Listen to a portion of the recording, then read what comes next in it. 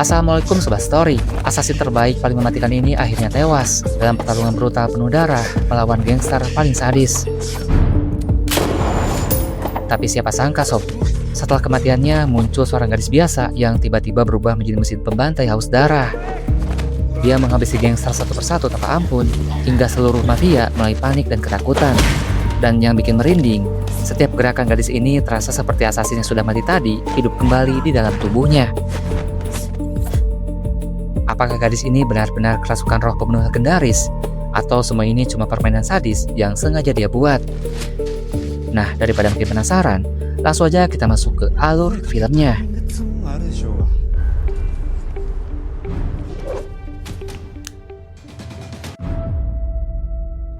Film dibuka dengan seorang assassin bernama Kudo. Dia lagi diburu sekelompok gangster. Jumlahnya banyak, tapi buat Kudo itu bukan masalah sob.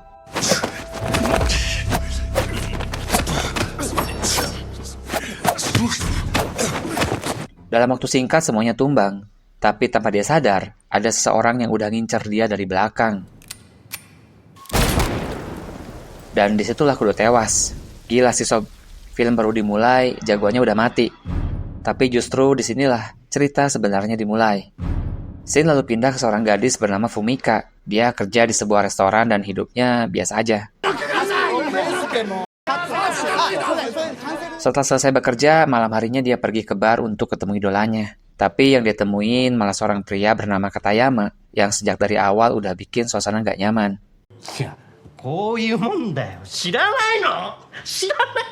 Fumika tetap nunggu berharap idolanya segera datang sob. Tapi setelah nunggu semalaman, Narumi gak pernah muncul. Katayama pun beralasan bahwa Narumi mungkin sedang sibuk. Dan saat keluar dari bar, Katayama malah mengajak Fumika ke sebuah hotel.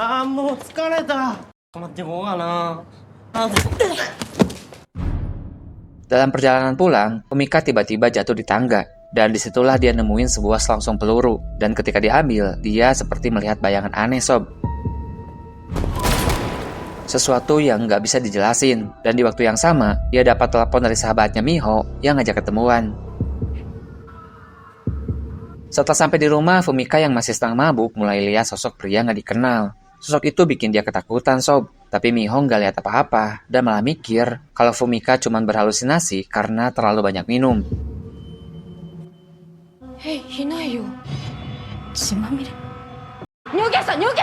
Dan disitulah kita sadar sob bahwa pria itu adalah Kudo, assassin yang tadi tewas. Sejak Fumika menyentuh peluru tadi, anehnya dia mulai bisa melihat semuanya.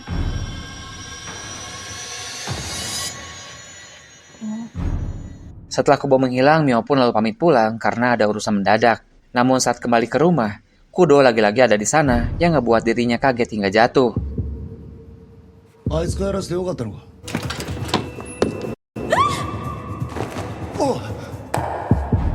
Gak sengaja tangannya menyentuh Kudo sampai akhirnya tubuhnya kayak dikendalikan sob. Dan ternyata Kudo benar-benar merasuki dirinya. Fumika jelas ketakutan, dia nolak dan panik lalu berusaha supaya Kudo segera pergi. Hingga akhirnya dia bisa kembali mengontrol dirinya sendiri sob. Tapi Kudo kembali menampakkan diri yang ngebuat si Fumika keluar dari rumah dan berlari menjauh. Tapi semuanya berubah saat dia lihat Miho dalam bahaya. Di mana Miho terlihat sedang diancam oleh seorang pria. Fumika yang gak bisa berbuat apa-apa hanya bisa diam sob. Tapi tiba-tiba Kudo muncul dan nawarin bantuan. Walaupun belum mengerti sepenuhnya, dengan terpaksa dia pun setuju hingga inilah yang terjadi.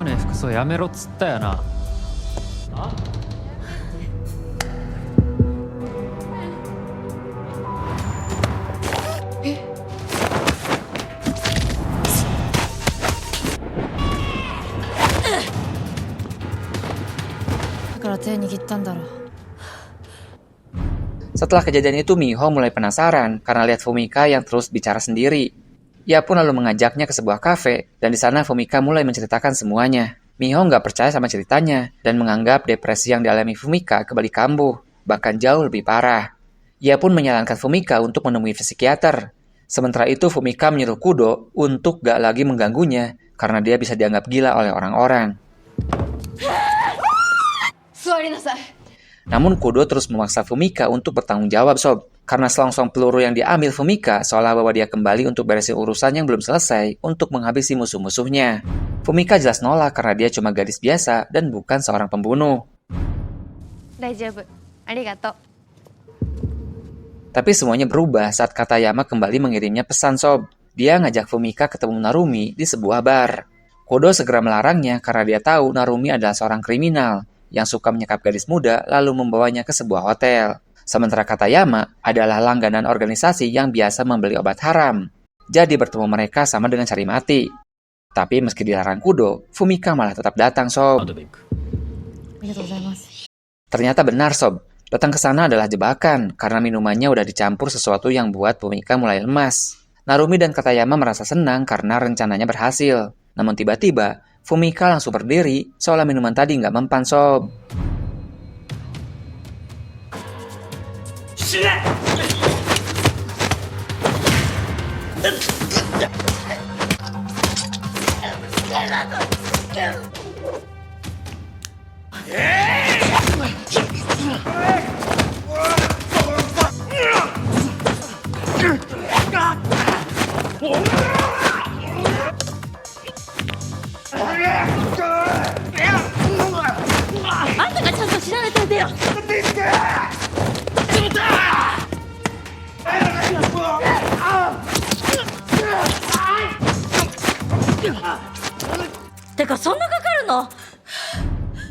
Dengan bantuan Kudo, akhirnya Fumika berhasil untuk melumpuhkan mereka semua. Setelah sadar, dia pun panik, Sob, karena tangannya sudah berlumuran darah. Kudo lalu coba untuk menenangkannya, sementara Fumika yang ketakutan lalu berniat untuk ngubungin polisi. Tapi menurut Kudo, urusan dengan polisi akan membuat masalah semakin rumit. Kudo lalu nyaranin Fumika untuk meminta bantuan temannya yang merupakan seorang asasin.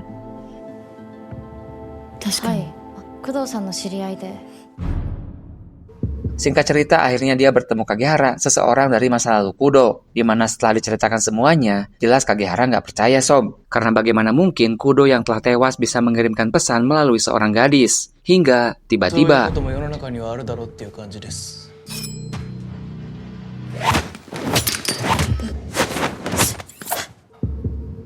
awalnya Kagehara merasa ragu, tapi gaya bertarung yang dimiliki Fumika memang mirip dengan Kudo. Kagehara mulai percaya karena hanya Kudo yang tahu kelemahan dirinya dan bisa mengalahkannya dalam waktu singkat.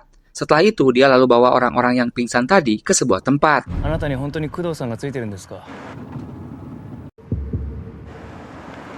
Di perjalanan semuanya mulai terungkap bahwa Kudo hanyalah alat organisasi yang dipakai dan dikendalikan seseorang. Sampai akhirnya dia melawan pimpinan baru yang bernama Sugo, merupakan seseorang yang kejam dan gak ragu menghabisi siapapun. Kudo yang gak setuju akan kepemimpinan Sugo mulai terlihat mengabaikan beberapa tugas penting hingga akhirnya dia dianggap sebagai pengkhianat. Maka dari itu, dia pun harus tewas, Sob. Singkat cerita, mereka pun tiba di sebuah tempat. Dengan brutal, Kagehara pun segera menghabisi Narumi dan kawan-kawan agar di masa depan tidak menimbulkan masalah.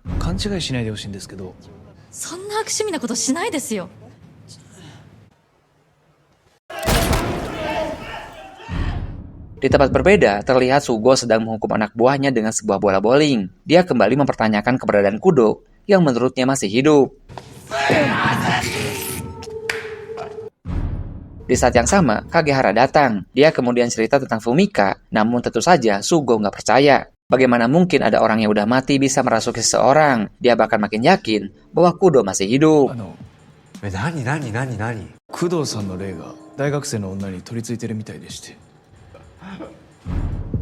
Tiba-tiba sekelompok gangster masuk ke dalam ruangan. Ternyata mereka datang ke sana untuk menuntut penjelasan terkait Narumi dan kawan-kawan yang dinyatakan telah tewas. Kakek tangan Sugo yang bernama Kawamoto segera mengajak mereka ke sebuah ruangan. Hingga tiba-tiba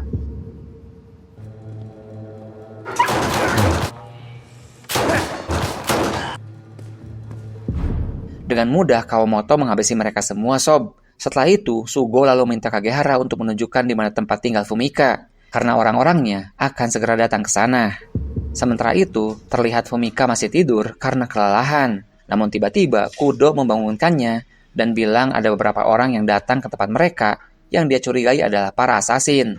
Fumika mulai panik, hingga saat anak buah Sugo mulai mendobrak pintu, hingga inilah yang terjadi. Ugly.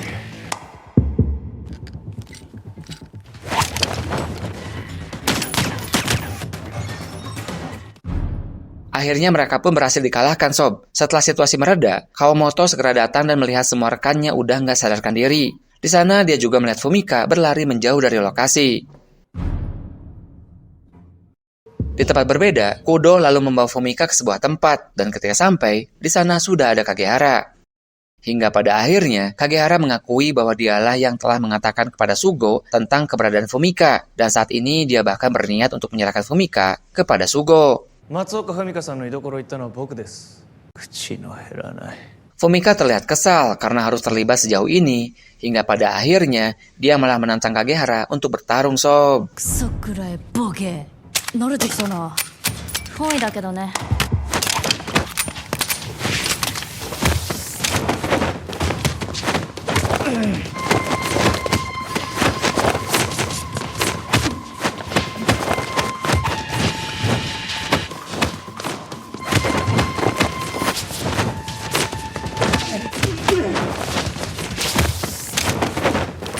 Dalam pertarungan itu, Fumika berhasil untuk melumpuhkan Kagehara. Hingga pada akhirnya, Kagehara pun mengakui ternyata dialah yang diperintahkan Sugo untuk menghabisi Kubo, Sob. Dikarenakan, Kubo sudah dianggap pengkhianat. Kagehara yang udah anggap Kubo adalah keluarganya, tentu gak mungkin tega. Tapi saat itu, Kubo malah nyuruh dia untuk melakukan tugasnya. Kalau enggak, maka dia pun bisa tewas. Hingga pada akhirnya, dengan terpaksa Kagehara pun menghabisi Kubo, Sob.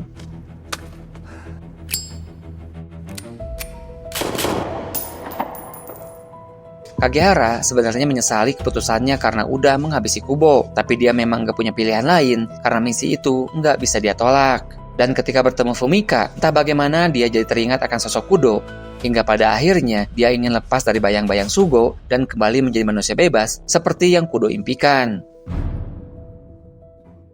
Dia lalu menyuruh Fumika untuk bersembunyi di kota lain, karena Sugo pasti akan kembali memburu dirinya. Tapi Fumika malah menolak, Sob, karena tiba-tiba dia seperti merasa ada ikatan batin dengan Kudo yang membuat dirinya harus bertempur sampai akhir. 私は工藤じゃなくて松岡文香。これは私の復讐。分かった？ Singkat cerita, Sugo mengetahui bahwa 5 asasin andalannya telah gagal untuk menangkap seorang perempuan, hingga dia pun sangat marah, Sob. Di sisi lain, Sugo mulai percaya bahwa Fumika ada hubungannya dengan Kudo yang masih menjadi misteri. Dia pun mulai berbenah dan waspada jika suatu saat Kudo benar-benar datang untuk balas dendam. Maka dari itu, dia pun segera memerintahkan seluruh anak buahnya untuk memperketat pertahanan. Singkat cerita, Fumika dan Kagehara yang telah berencana untuk menyerang markas Sugo akhirnya sampai di sana. Kagehara segera menyuruh Fumika menuju gudang senjata untuk mempersiapkan serangan, sementara dirinya akan berpura-pura mengalihkan perhatian. Kudo lalu membantu Fumika menuju gudang senjata sembari melihat situasi di sana.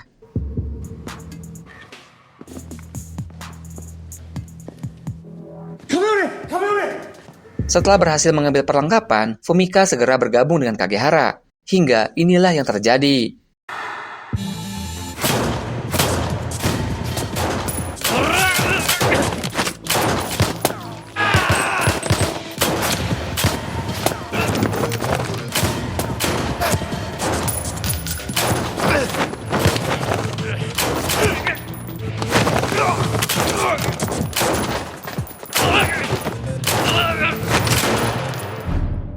Mereka pun mulai menghabisi satu persatu anak buah Sugo, Sob. Namun di tengah kekacauan itu, Fumika harus terpisah dari Kagehara. Kawamoto yang mengetahui Fumika sudah kehabisan peluru langsung mengejar dirinya. Sementara Kagehara masih sibuk bertarung dengan anak buah Sugo yang lain.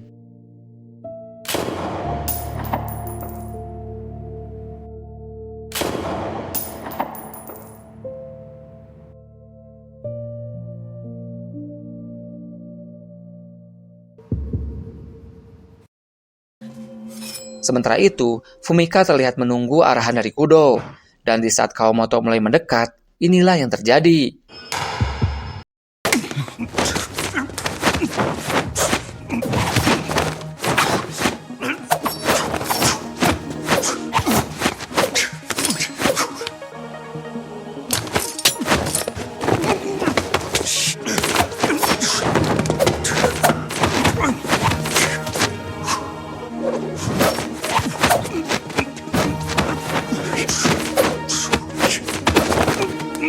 Namun sayangnya sob, Kawamoto terlalu tangguh dan berhasil mengalahkan Kudo. Hingga Kudo pun terpaksa keluar dari tubuh Fumika. Dan di saat yang sama, Kawamoto kembali menyerang Fumika yang udah nggak berdaya sob. Hingga Fumika pun mulai kehilangan kesadaran.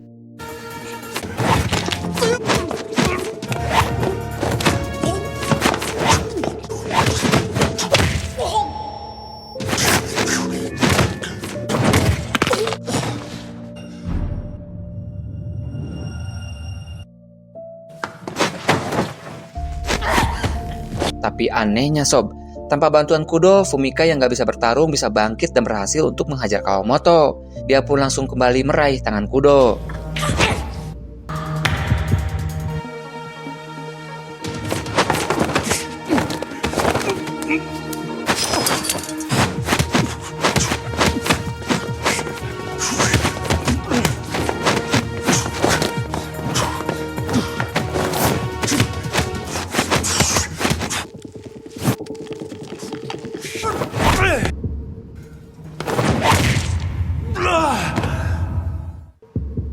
Saat Kawamoto udah terpojok, tiba-tiba Sugo datang menembaki Fumika dan malah terkena Kawamoto hingga dia pun tewas.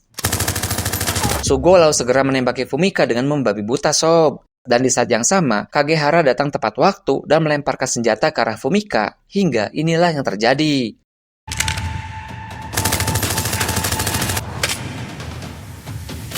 Sugo yang kehabisan peluru akhirnya berhasil dilumpuhkan dan Kagehara langsung menghabisinya.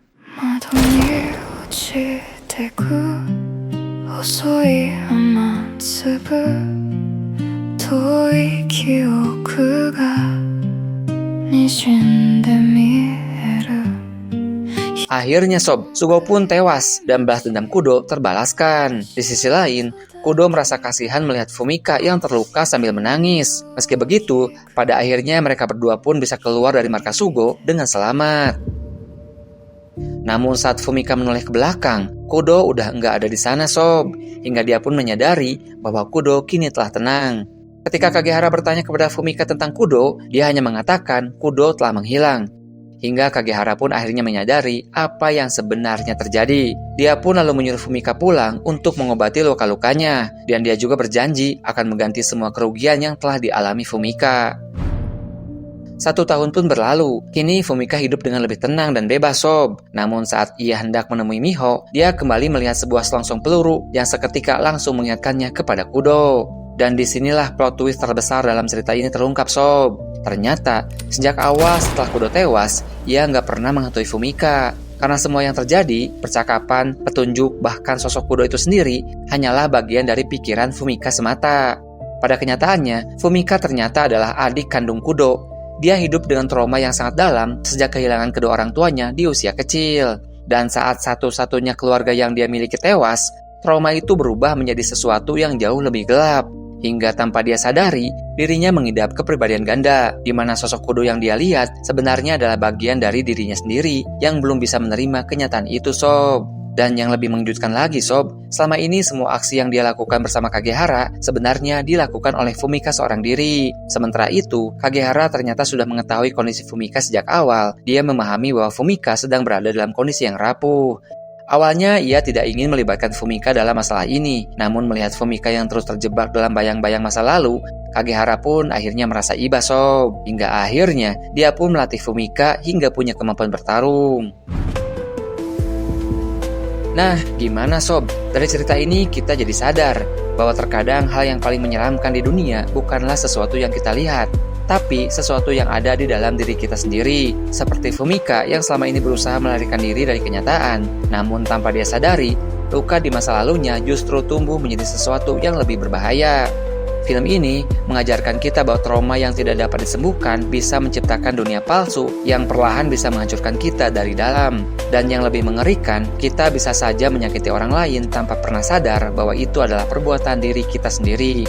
Tetapi sob, Allah tidak membebani seseorang melainkan sesuai dengan kesanggupannya. Quran Surat Al-Baqarah ayat 286. Dan ingatlah, hanya dengan mengingat Allah, hati menjadi tenang. Quran Surat Ar-Ra'd ayat 28.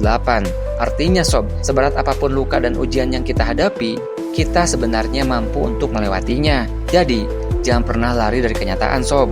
karena menghadapi luka dengan iman adalah satu-satunya jalan untuk benar-benar bisa sembuh. Itu sob.